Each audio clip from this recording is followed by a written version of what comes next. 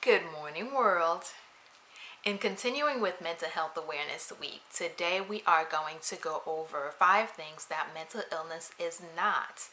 Because there's still a lot of fears and stigma that, again, coming from the fears about what mental illness is and what it is not. So that's why today we're going to go over these 5 things, and hopefully that alleviates some of the concerns and maybe reduces the stigma a little bit for someone.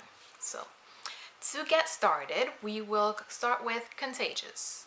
Mental illness is not contagious. It's not like cooties where if somebody has something and they touch you instantly you're going to get it. If that happens, just give yourself a cootie shot. Mental illness is something inside the person. It is something that a person deals with, something a person works through. It's not something that they're going to pass on just because you interacted with them.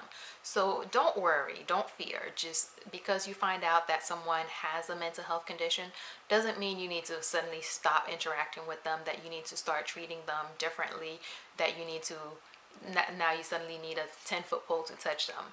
You can still have the same interaction with a person who has a mental illness that you would with anybody else in your life.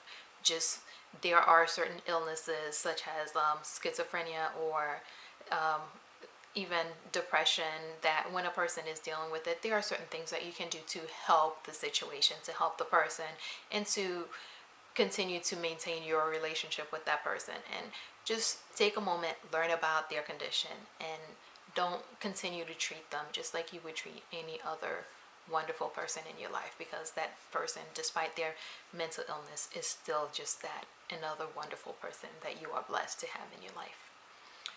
Second is that mental illness is not rare. It's not an isolated situation. It's not one of those things that only those people get. It's not one of those things that can't happen to you or your family. It is something that is pretty common, I guess I would say, in our society. About 25% of the US population deals with some type of a mental health issue every year. And those range from your mild depression to your major, where I would say bipolar, anxiety disorder, OCD, ODD, and a host of other acronyms that I could name.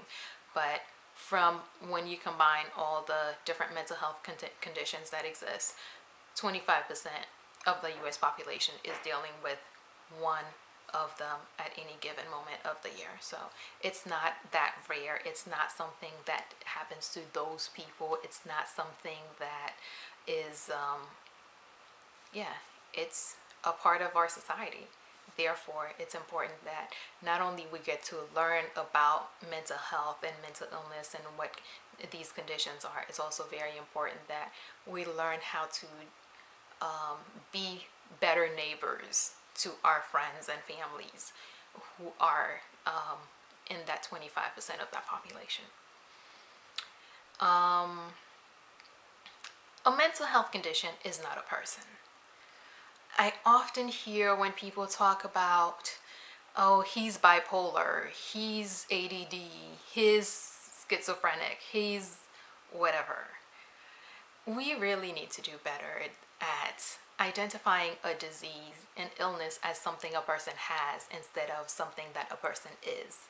You don't say he's heart attack, he's renal failure, just as you would not describe a person suffering from a physical ailment as that ailment. You should refrain from doing that to people who are suffering from mental health conditions, because the condition is something that they are dealing with, it's something that they're working for, they're seeking treatment for, but it's not who they are. They are still that wonderful person who just happens to have that particular mental health condition.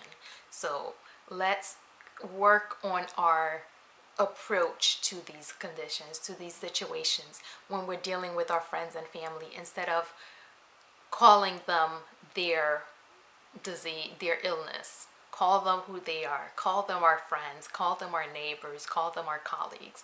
Don't call them their diagnosis. So no one is their diagnosis.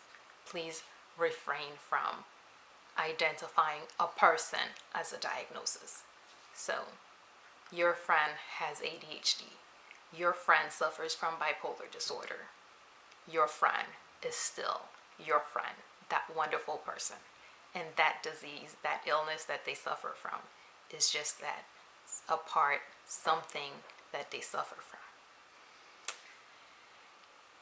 In recent years, I often talk about how no one wants to cop to a mental illness until it's time to go to jail.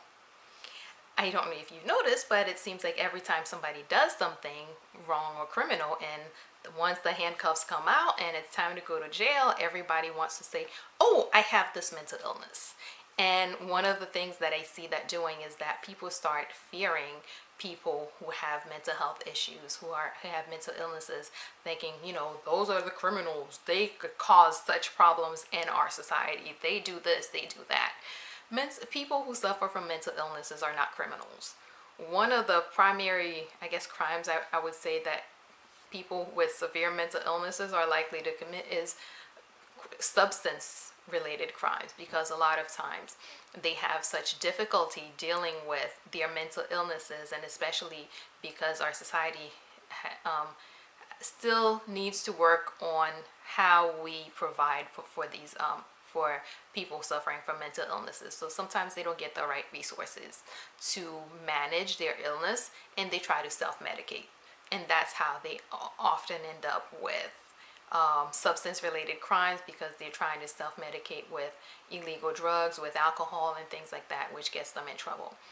But those crimes that we're finding that everyone else is committing, and then suddenly somebody wants to pin it on a mental illness, it's just people trying to find a reason, find an excuse, explain something that's scary to them. And unfortunately, they put that on the mentally ill community by associating these criminals with people suffering from mental illnesses. People who are mentally ill, people who suffer from various mental health conditions in the country, for the most part, they are wonderful people that you would never even know have a mental health condition once they are on their medication and doing what they need to be doing. So please, I know that defense attorneys and the media often lump or try to pin every crime on a mental illness, but that's not real. That's not really true. The mentally ill are not criminals, as the news or the stuff, whatever it is, whoever it is out there who's trying to find a mental health condition to explain every crime would make you believe. So please, they're not criminals. Just because someone suffers from a mental health condition doesn't mean that they're suddenly going to start beating up people, shooting up public places, and breaking into your home. So just thought I'd bring that up. And finally, mental illness is not necessarily a life-ending condition. I know one of the reasons I guess people often are fearful or reluctant to seek help is because they see it as, well, once I'm diagnosed with a mental illness, then that's it. But that's not true. Mental illnesses affect 25% of our population. But that when you look at that 25% of the population, most of them are getting treatment. They're using medication, they're seeing therapists, and they are getting help to manage the symptoms and being able to control the impact that their illness has on their life. It's just like you have high blood pressure. You go to your doctor, you get the medication, and you use your medication, you follow your routine, and you control your blood pressure. You're still able to go out and do everything that you used to do before you had high blood pressure. It's just now, you have medication to take. That's the same thing with a mental illness. For the most part, once you get on the right, you find the right psychiatrist, you get on the right medication, you have the right therapist for you. You are working through you're working through the symptoms. You learn your coping skills. You learn how to manage those symptoms and manage your illness, just like you would do with any physical ailment that can be managed. So a mental illness is not a life-ending condition. It's just something that once it comes up, You just have to take the time and learn about it, learn how to manage it, and move on with your life. And many people with mental illnesses live very fulfilled, complete lives, just like everyone else who doesn't have one. Maybe even better than people who don't have a mental illness. Once they take the time to learn and to manage it and do and get on their medications and do that stuff, right? I know one of the issues that often happens is that when people start feeling better and they stop taking the medication, but that's a whole other story. But if you're taking your medication and following your treatment, you should be just fine. So that's 5 things that mental illness is not. It is not contagious. You don't get it just by interacting with a person who has it. It is not isolated. It actually impacts 25% of our population. And of course, it's not the person. Just because someone is suffering from a mental illness, that is not who they are. They are still the individual that they are, who just happens to suffer from a mental illness. And of course, it's not a criminal factory. It does not make a person criminal. Just because a person suffers from a mental illness does not mean that they're going to be engaging in all sorts of those criminal activities that we see on the news. It isn't. And of course, it's not life ending. Suffering from a mental illness, as long as you do what you need to do to maintain your health and control your symptoms, you should be just fine. All right, so that's all we have for today. Go out, be good neighbors, take care of yourselves and take care of each other, right? Good morning, world. Have a great day.